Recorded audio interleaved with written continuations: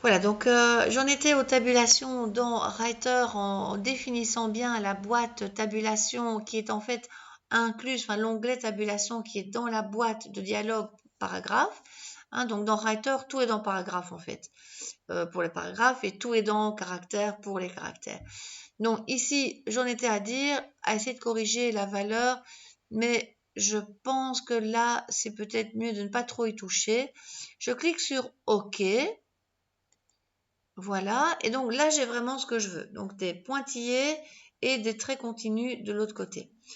Je vais aussi expliquer la tabulation décimale, qui est la difficulté supplémentaire, ou alors aussi la tabulation droite. Voilà, donc ici je tape mon chapitre 1, voilà, j'enlève la tabulation ici qui n'est plus bonne en réalité, et je vais en fait ici faire quelque chose de spécifique. En réalité, j'aurais besoin d'une tabulation avec un alignement droit. Si d'ailleurs je n'avais pas bien compris ça et que j'avais gardé la tabulation gauche précédente en me disant ben chouette, je l'ai, ben ça ne marcherait pas. Ici par exemple, je vais continuer avec la tabulation précédente pour illustrer que ça ne fonctionne pas bien. Et vous allez tout de suite voir pourquoi. Voilà, donc chapitre ici 3, tabulation 345. En fait, ça ne va pas parce que il continue à faire l'alignement gauche, comme on voit ici évidemment. Hein. Donc on voit le taquet, si je clique dessus, ah, il ne met pas de pointillé lui par contre, c'est rigolo. Il n'y a pas de pointillé pour dire qu'on est dessus, mais on voit bien que c'est 1, 1 et 3. Ça, c'est pas top. En fait, on va retirer cette tabulation qui est donc pas bonne. On va mettre cette fois-ci un taquet droit parce qu'il y a donc ici à gauche le réservoir à taquet où on voit que par défaut c'était l'alignement gauche, le taquet gauche, mais que maintenant, eh bien, je vais prendre le droit. Et en mettant le droit, tout va bien changer. Voilà, ça fonctionne. J'ai bien le 1, 2, 5 qui sont bien alignés. Si on m'imposait que c'était un nombre précis, je le mets jusque-là.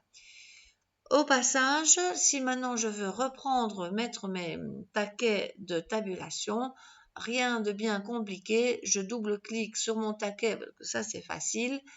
Je vais choisir, en fait c'était bien celui-là, je clique sur OK, il a bien été changé. Et en fait, si je veux être propre, je peux enlever ce taquet qui n'est pas utile, qui était en fait hérité du paragraphe précédent encore. Voilà, là je pense que ça concerne, ça clôture l'explication ici pour les taquets droits, donc les points de suite. Reste encore les taquets, le taquet en fait pour Word. Ah oui, il y a encore une petite subtilité. Pour société, adresse, ville, téléphone, en fait, l'idée, c'est que là, on va taper une tabulation précédente. Alors là, il y a une différence notable pour Word et pour OnlyOffice. OnlyOffice croit que quand on fait une tabulation sans avoir rien tapé, il pense qu'il s'agit d'un retrait de première ligne. Et dans Word, ce sera pareil. Je vais illustrer le problème dans une capsule prochaine. Donc ici, on va se contenter de taper société. Voilà, ça c'est bon. On tape sa tabulation, mais on va tout de suite aller mettre le taquet pour super clic. Par contre, comme c'est un alignement gauche, on va cliquer jusqu'à avoir le taquet gauche. Voilà. Et là, alors, je vais évidemment avoir aussi le taquet gauche pour société. Donc, au fond, faire des taquets de tabulation, c'est assez casse-pied. Hein. Je veux dire, c'est vraiment pas quelque chose qui est fondamental dans Word, mais c'est peut-être une des choses les plus, enfin, où il faut faire un peu plus de chipotage.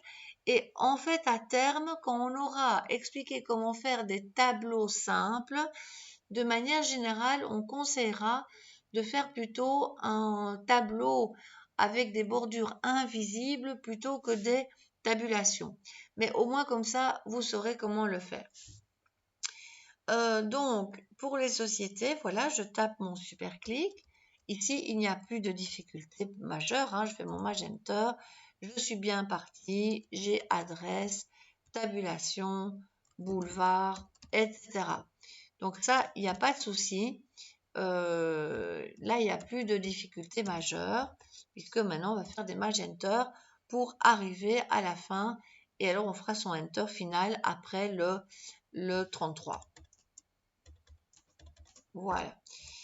Dernière difficulté de l'exercice, alors ça c'est tout à fait similaire pour Word, hein, donc ce qui est totalement similaire, je ne réexplique pas, mais vous pourrez parfaitement vous adapter avec ça. Le 1235, 170, enfin les chiffres qui sont là, ça c'est un peu plus délicat. Donc en fait, on va chercher dans le taquet de tabulation un taquet spécial avec une espèce d'équerre et un petit point. Donc il est un peu spécial. Bien sûr, on enlève les précédents. Si on a fait des enter provenant de paragraphes contenant des taquets de tabulation, ben, il faut les enlever. Et donc ici maintenant, quand je vais mettre mon taquet bien au centre, par exemple, si je fais une facture dans Word, j'aurai peut-être besoin de ça. Et je vais taper ma tabulation. Alors, quand je vais taper 12, elle va se mettre de façon un peu spéciale, vous allez voir. Si je mets 12,35, en fait, c'est la virgule qui correspond à mon taquet.